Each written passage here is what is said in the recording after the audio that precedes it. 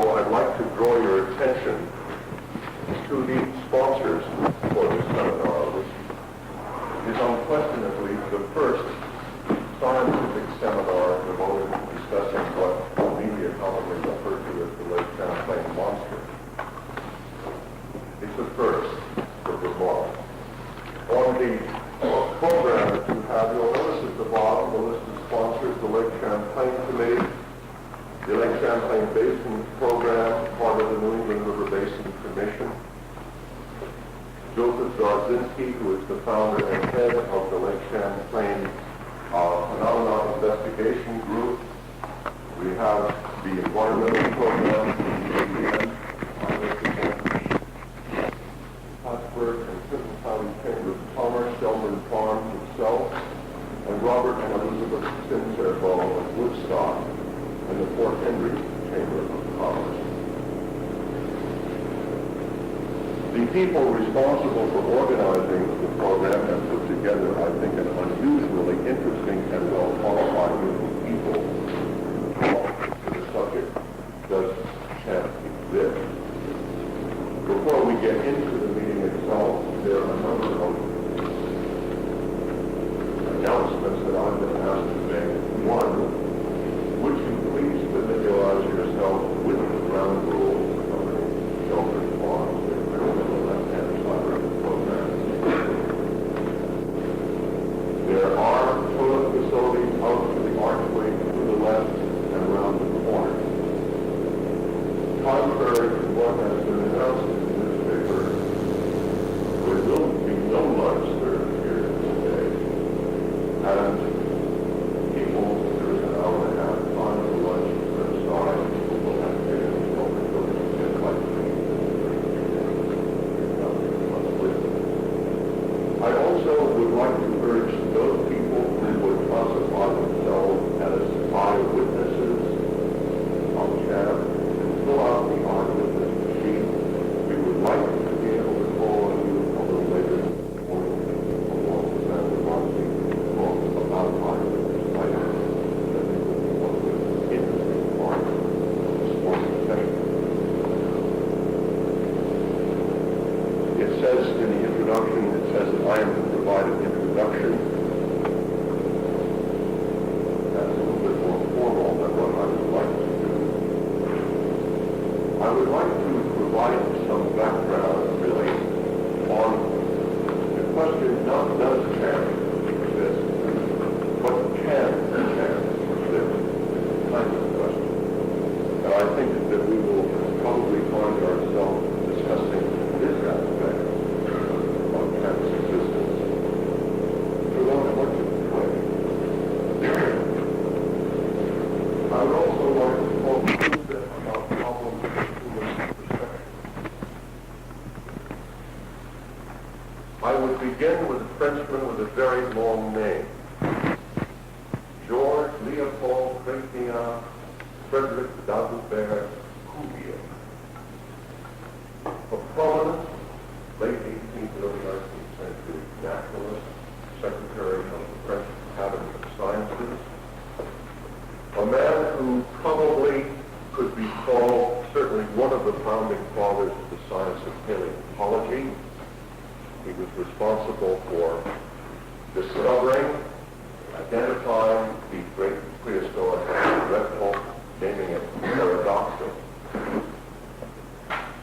Baron Cuvier is probably more famous by accident than by intention for something that the scientific community has come to call Cuvier's dictum. In the late 1700s, Cuvier published a paper called A Discourse on the Theory of the Earth. And he said, quote, "There is little hope that we shall find fresh species of large mammals." That was approximately 1798. Cuvier died in 1832, and in the 3.5 decades that he lived, he came to see the discovery of at least 36 species of large animals, not all mammals, however, among which would have been the spiny anteater, the koala bear, probably not least of all, the second largest land mammal on the planet, the square-lipped rhinoceros of Africa. Cuvier's dictum was to be proved false throughout the period of time from his death until the present. I would speak of some of the discoveries that were made in Africa because it's a place that I've had a considerable amount of experience with over the last couple of decades. Some 17 years after Cuvier's death, there was reported by an American missionary named William Savage to one of the prominent British anatomists of the day, Richard Owen.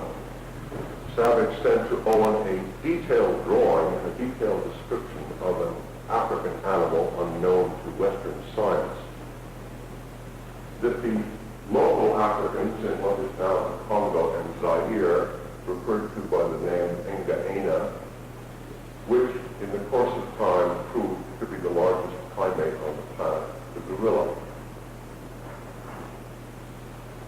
It took a long time to authenticate in Western terms the existence of the gorilla. In the middle 1860s, 1863, 1865, 1867, we had the, and I keep using the word discovery in quotes because they were long known to local Africans. We had the lesser kudu, Rebbie's, also unusual species of zebra. We had the Grant's gazelle, named after the explorer and naturalist James Augustus Grant. Shortly after that, around 1873, was the discovery of a most unusual animal that very few people have seen today, perhaps in zoos.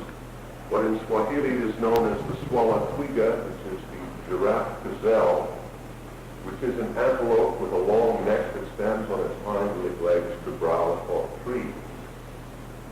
The Gerano, or Waller's gazelle, as it is called today.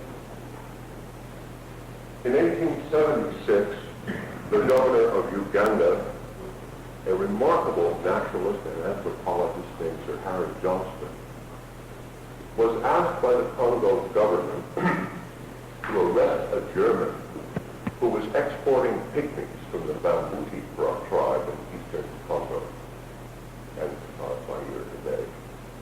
He was exporting pygmies for 8-men shows in Paris.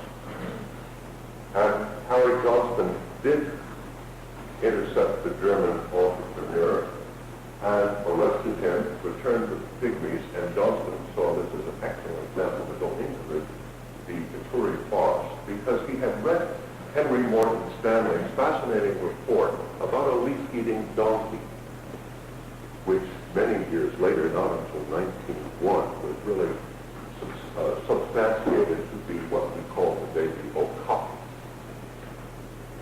The last of the large African gazelles to be discovered, as it were, by a man named Buxton, was the very large mountain Nyala in southern Ethiopia. That was in 19.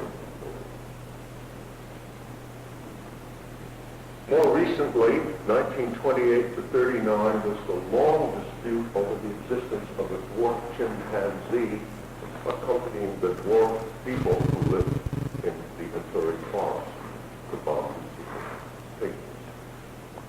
But perhaps of most importance to us today was an event that took place on December 22nd, 1938, aboard a steam trawler called L8, captained by a man named Goossens, whose net pulled up a 5-foot-long, steel blue-colored fish of very strange kind. Goossens realized he had something most unusual, took it to the museum in East London, South Africa, country South Africa. The curator of the little museum, a woman named with a hyphenated British last name, Courtney Latimer, recognized that it was unusual. She sent it immediately to the Grahamstown Museum, and there a Dr. Smith, an ichthyologist, classified it, giving her credit by naming it Latimeria chalumna. This was the coelacanth. The coelacanth can trace its forebears back 340 million years ago to the Devonian times.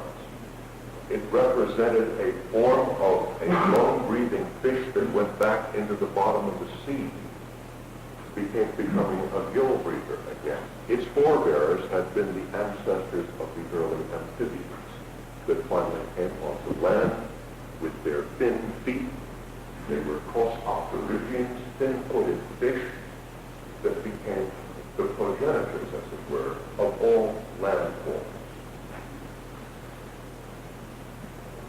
It's interesting, I think, particularly in the last case, and all the instances I've taken happen to be from Africa. Obviously, I haven't touched on what was happening in this country, in the New World, what was happening in Asia.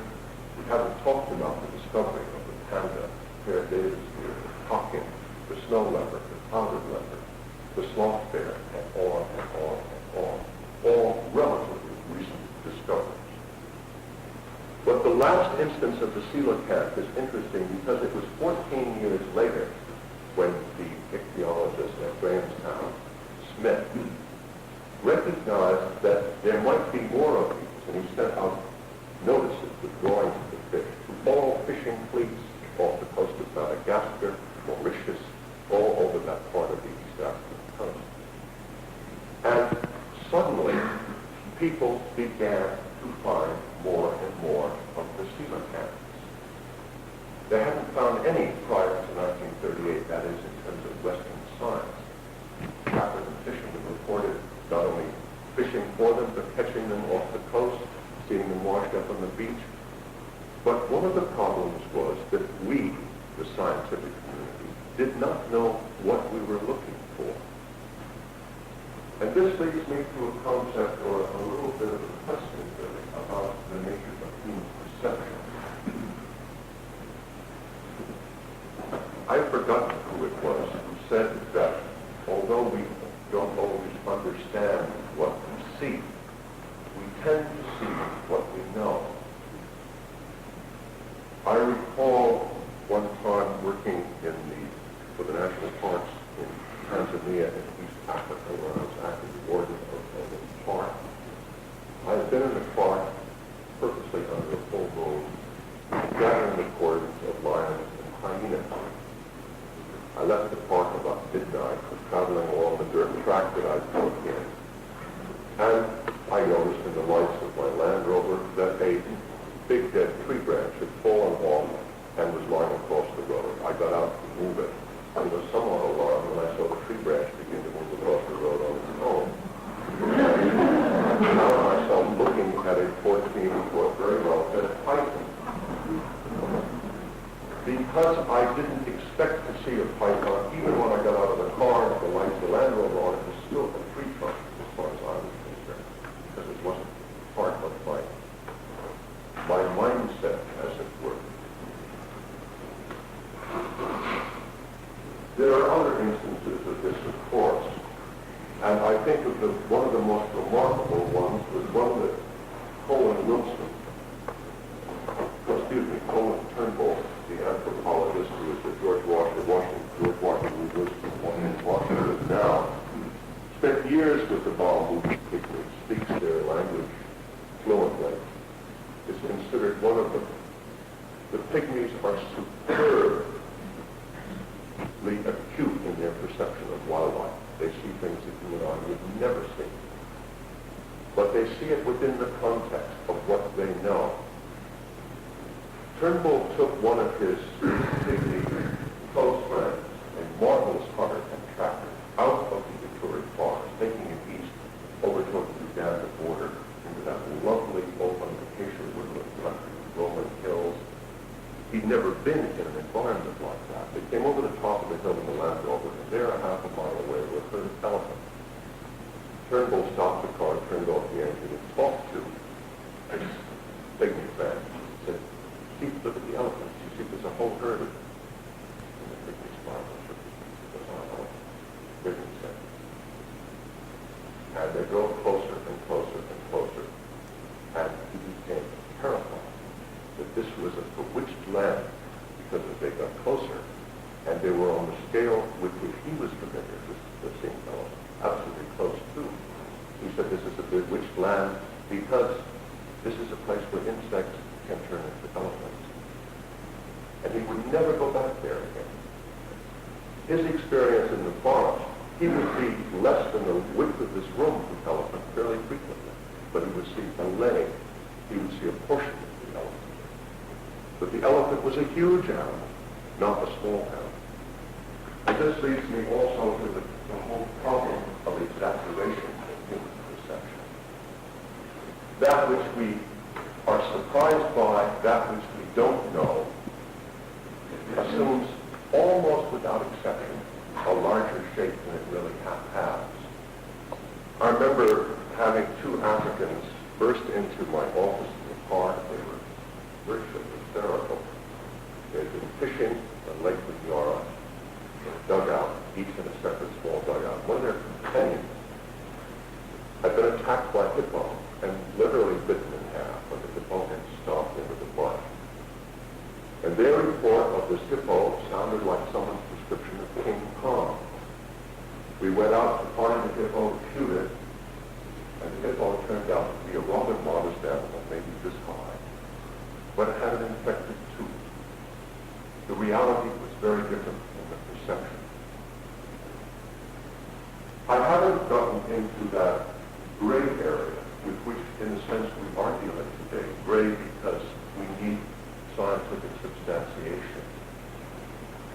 The area of Yetis and Sasquatch. The area of, I think we could include unidentified flying objects, the Loch Ness Monster, hairy men that walk with a cane in the forest of the lost children in northern Tanzania, the Nandi bear. The area that verges between myth and reality. And this is a fascinating area because it doesn't have a lot to do with human perception and the human need to perceive certain kinds of things. And I thought it was appropriate as background to what we're doing today to read you a comment by the primatologist John Napier, who's, I think, produced a definitive book on the Yeti and the Sasquatch, simply called Bigfoot, the Yeti and Sasquatch in myth and reality. Napier makes this comment. During the last few decades, man has added quite assorted monsters to the list. The Loch Ness Monster is a classic example of the genre. With a snapshot taken by Hugh Gray in 1933, it became a national figure and a tourist money spinner and is virtually assured of a permanent niche in folklore. Then there are the unidentified flying objects. We have taken tentatively to our bosoms. Monster comics, monster games, monster TV serials, do-it-yourself monster kits are part of the young teenage culture in America. Though in Great Britain and so far as I know Europe, teenagers are not so forcibly fed on this demoralizing diet. A monster of the sort has even penetrated the advertising world. In the Jolly Green Giant of the canned and frozen vegetable kingdom, we have debased a 20th century version of the ancient folk figure of the Green Man. But now he is gentle and strong, a child of nature, with the face of a Middle West farm boy, simple, pure, and quite unbearable. My task in this book is to untangle what is rational from what is irrational in current monster stories. In the face of many difficulties, as it will become clear later, I propose to subject the evidence to the sort of critical analysis that science demands. Scientists have taken a bad beating over the subject of monsters. They are in fact the whipping boys of the monster establishment. These enthusiasts hold that scientists are suppressing information, and I think of this in terms of the current lawsuit against the CIA for withholding information about classified material on unidentified flying objects. Why are scientists accused, you may well ask? Scientists are supposed to know about all these things, but because their biological and evolutionary theories would be shattered if the real truth were known, they have formed a conspiracy of silence. Now, from one point of view, scientists should be flattered that they are credited with such superhuman control over their tongues. My experiences with scientists, my My experience in scientists is that they are inveterate talkers and compulsive gossipers, and perhaps with the exception of those employed by national organizations with tight security, they will tell you all that they know and much they don't know at the drop of the chairman's gavel. Thank heaven that is true, for the philosophy of science would be a mockery otherwise. But nevertheless, it has become a boring cliche of the monster establishment that scientists are afraid that the frailties of their own doctrines would be exposed should they so much as admit the existence of unknown animals or unknown forces. On the contrary, I have found that nothing intrigues a scientist more than monster tales. Most of my colleagues in Britain and the United States delight in speculating on possible theories and often come up with ingenious solutions that seem to owe more to science fiction than to the principles and methodology of science. This is the stuff of which coffee breaks are made. And I can assure the monster establishment that their suspicions of the fraternity are quite without foundation. If there is a conspiracy of silence, it derives at best from scientific caution and at worst from sheer ignorance of the issues, and certainly not from a desire to hush up the truth. And I think that may provide a kind of framework, or hopefully a kind of framework, for what we are attempting to accomplish today.